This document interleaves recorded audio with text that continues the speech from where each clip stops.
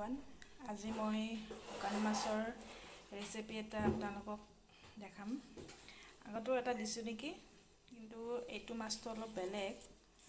এইটো নিমখত দিয়া মাছ হয়। কি মাছ মই ভালকৈ নাজানো। নিমখত দিয়া হয় এইটো। ইয়াত নিমখ আছে। গৰম পানী দি ভালকৈ ধুব লাগিব। সৰু মাছটো নহয়, এইটো অকণমান ডাঙৰ ডাঙৰ। এইটো দেখাত মানুহজনে কিবা চিতল মাছৰ সৰু সৰু পোৱালি বুলি কৈছে। এইটো নিমখত দিয়া, এইটো মাছো অকণমান বেলেগ হয়।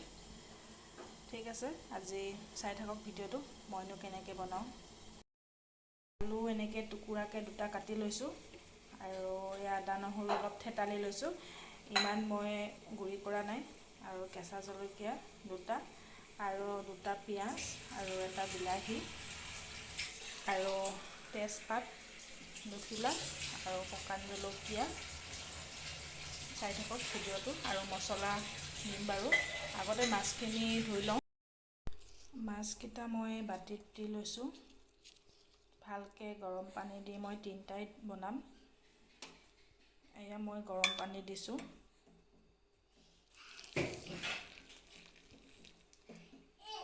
অকণমান সময় থৈ দিম।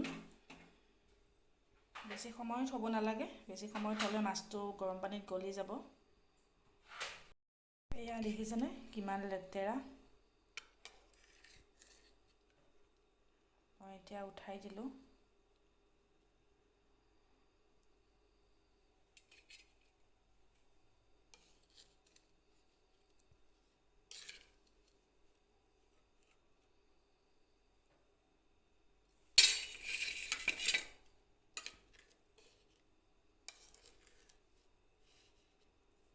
ভালকৈ ধুব লাগে, নহ'লে বহুত লেতেৰা থাকে।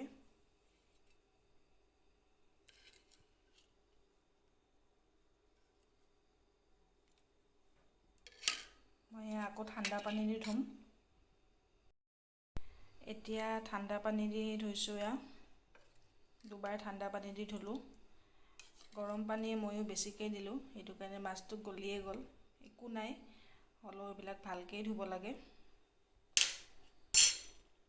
ঠাণ্ডা পানী দি দুবাৰ ধুলোঁ, আৰু গৰম পানীও দুবাৰেই দিলোঁ, সেইটো কাৰণে বেছি গলি গৈছে। এতিয়া মই ভালকৈ টুকি দিম মাছখিনি। আটাইবোৰ ৰেডি কৰি লৈছোঁ। এয়া বিলাহী কাটি ল'লোঁ, আৰু আদা নহৰু, আৰু আলু দুটা, আৰু পিঁয়াজ, কেঁচা জলকীয়া এনেকৈ টুকুৰাকৈ কাটি ল'লোঁ। আৰু ইয়াতে শুকান জলকীয়া আৰু তেজপাত আছে। ইয়াতে আছে ধনিয়া গুড়া, জিৰা, জলকীয়া গুড়া, নিমখ, হালধি, গোটেইখিনি মই গোটাই ল'লোঁ।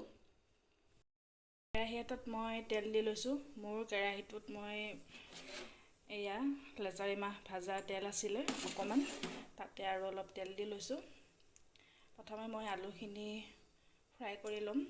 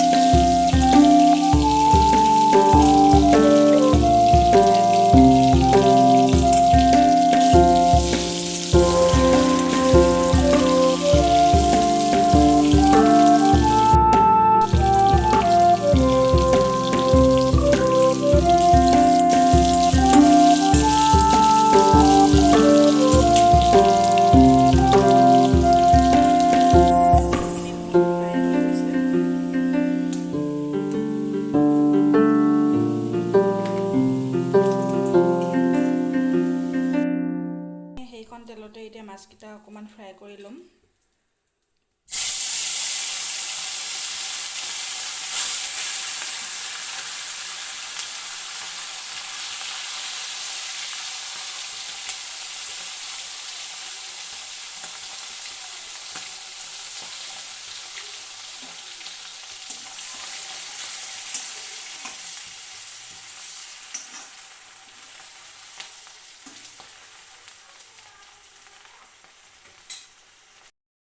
মাছখিনি মোৰ ফ্ৰাই হৈ গ'ল।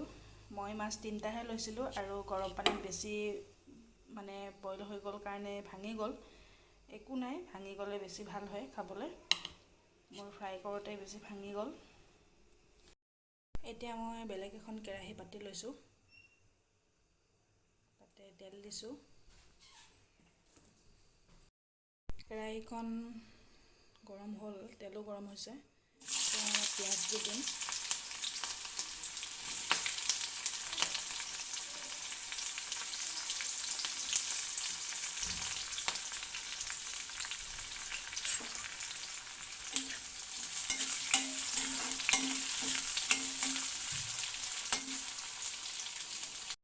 পিঁয়াজখিনি মই ৰঙচুৱাকৈ ভাজি লৈছোঁ। এতিয়া মই এইখিনি কাঢ়ি থ'ম কেৰাহীৰ পৰা। এই শুকান মাছৰ ৰেচিপিটো মই নিজৰ মতে বনাইছোঁ। বহুতে বহুত ধৰণেকৈ বনায়। মই নিজেই যেনেকৈ বনাব পাৰোঁ মই তেনেকৈয়ে বনাইছোঁ আৰু আপোনালোককো দেখাইছোঁ।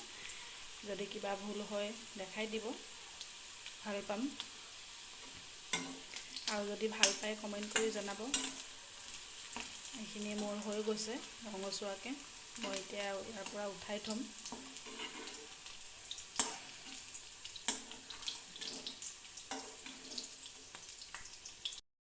মই পিঁয়াজখিনি এক্সট্ৰাকৈ ৰাখি দিছোঁ তেলৰ পৰা। মই পিছত দিম। তেল অলপ আছেই, মই ইয়াত তেজপাত আৰু শুকান জলকীয়া দিম।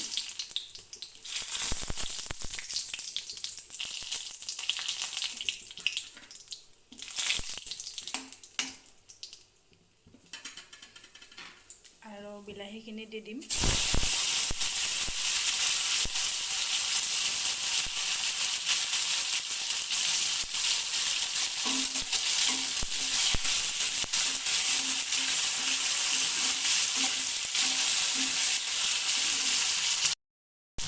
আৰু আদা নহৰু আমি দি দিছোঁ ইয়াতে।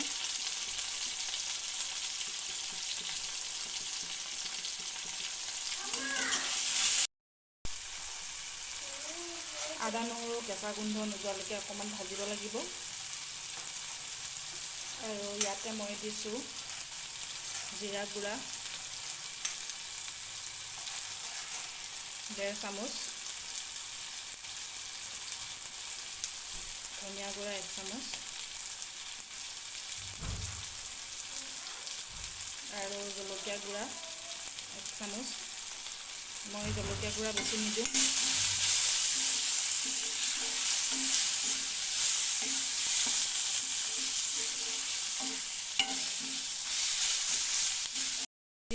এক চামুচ দিছোঁ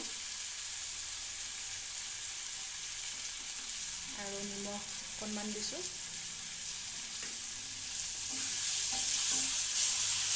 প্ৰয়োজন হ'লে নিমখটো মই অলপ পিছত দিম।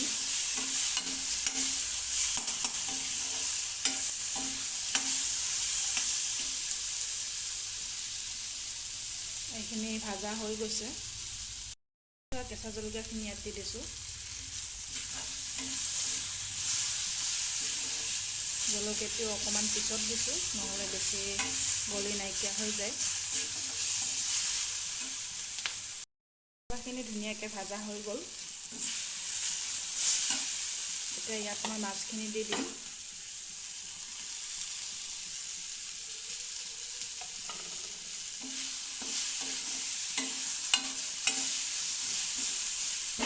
ভালকৈ ভাঙি দিম।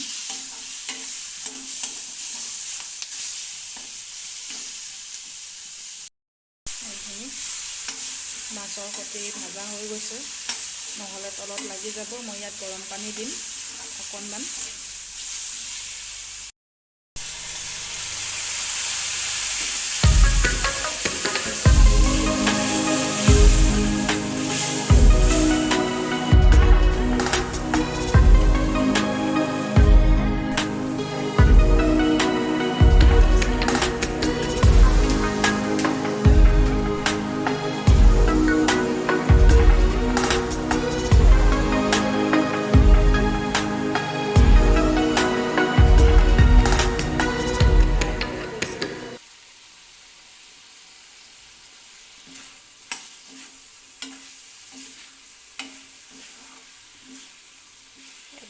চিম্পুল হয়।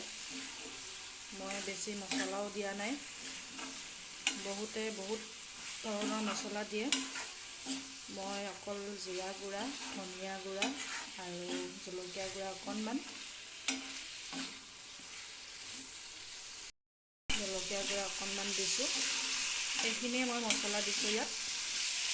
ল'ৰা ছোৱালীয়ে খাব যেতিয়া, বেছি মছলাও দি থকা নাই আৰু।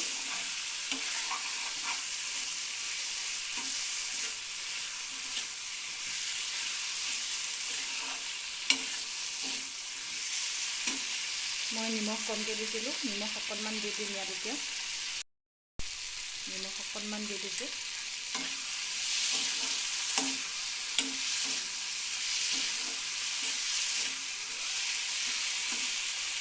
অকণমান পানী দিম।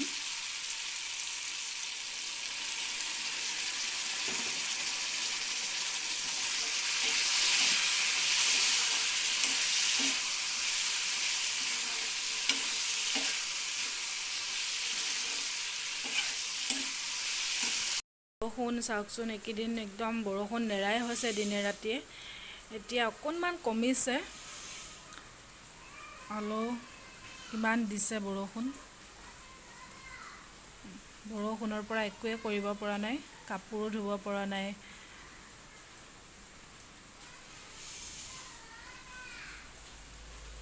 মই ভিতৰৰ পৰাই দেখুৱাইছোঁ, খিৰিকী ফালে।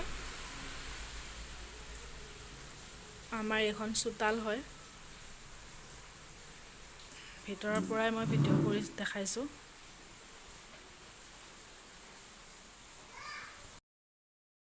আৰু এইখন আমাৰ একদম কাষৰ মানুহ ঘৰ লাগি থকা। চাওকচোন কিমান দিছে বৰষুণ।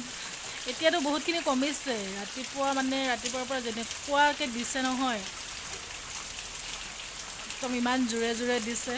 এতিয়া বহুতখিনি কমিলে, হ'লেও মানুহ ওলাব নোৱাৰা দিয়ে আছে বৰষুণ। এভৰিৱান, মোৰ শুকান মাছৰ ৰেচিপিটো হৈ গ'ল। এতিয়া খাব পৰা যায়, বহুত টেষ্টি হয় খাবলৈ। আপোনালোকেও মই বনোৱাৰ ধৰণে যদি খোৱা নাই, তেনেকৈ বনাই চাব। একদমেই চিম্পুল হয়। আজিলৈ আহিছোঁ ইমানতে। যদি ভাল পালে ৰেচিপিটো চাই লাইক এটা কৰি দিব, ছাবস্ক্ৰাইব কৰি দিব। আজিলৈ বাই বাই।